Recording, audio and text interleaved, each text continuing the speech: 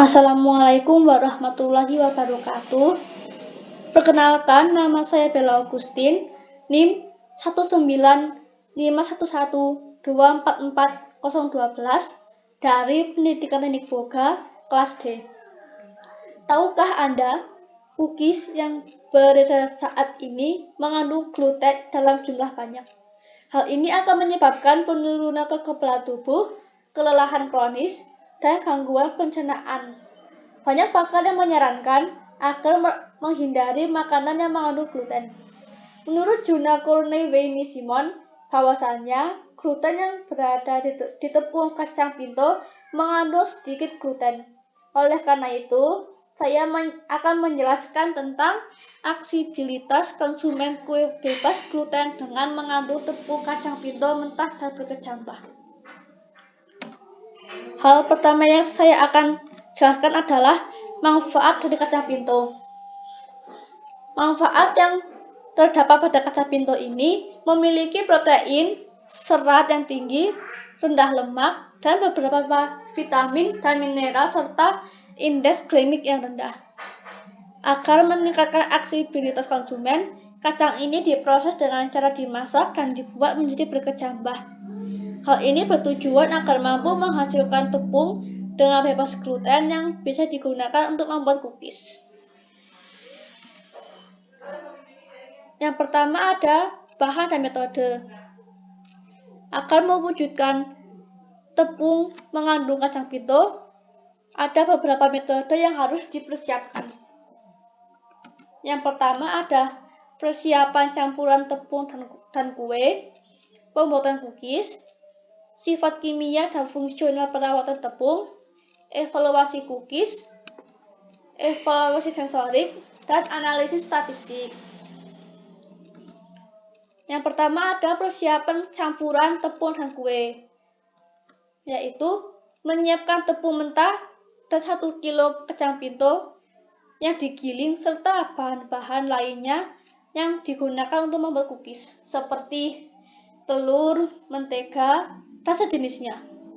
Yang kedua ada pembuatan cookies, yaitu mencampurkan semua bahan seperti pada umumnya dan terdapat tahap pendinginan yang mendapat perlakuan yang berbeda.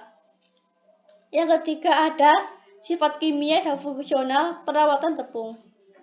Nah, semua sifat kimia pada fungsional ditentukan dalam triple cat kecuali pada kadar air. Yang keempat ada evaluasi sensorik. Warna tepung ditentukan menggunakan CR410, Konica Minolta, chromometer, dan dilaporkan sebagai nilai L, A, dan B. Yang kelima ada evaluasi sensorik. Nah, evaluasi sensorik ini dilakukan dengan cara menggunakan tes hedonik dengan skala 1-9. Dan yang terakhir ada analisis statistik.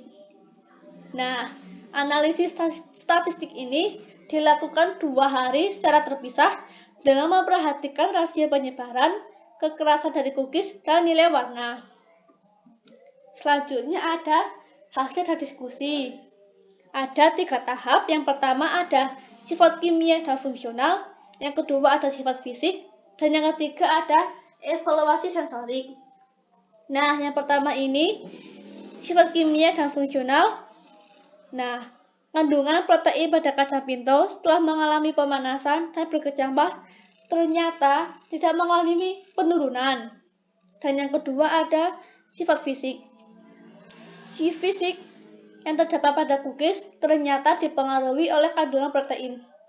Hal ini dikarenakan adanya penahanan air dan karenanya tingginya viskositas. Faktor lain yang menyebabkan perubahan fisik pada cookies yaitu terjadinya granulasi gula dan jenis gulanya. Dan yang terakhir ada evaluasi sensorik. Dengan menggunakan tes hedonik, panelis mengaitkan skor dengan rata-rata 6,0, yaitu disukai namun sedikit. Kesimpulan, saya dapat mengambil kesimpulan bahwa cookies dengan kandungan 80% kacang pinto dapat diterima oleh konsumen. Dengan demikian, produsen dapat mengurangi biaya input. Studi lebih lanjut diperlukan untuk menyelidiki antinutrien dalam cookies dan produk roti yang dibuat dengan kacang mentah. Namun, bukti saat ini menunjukkan sedikit atau tidak ada resiko yang signifikan. Sekian, terima kasih. Jika ada pertanyaan, bisa tanya di kolom komentar.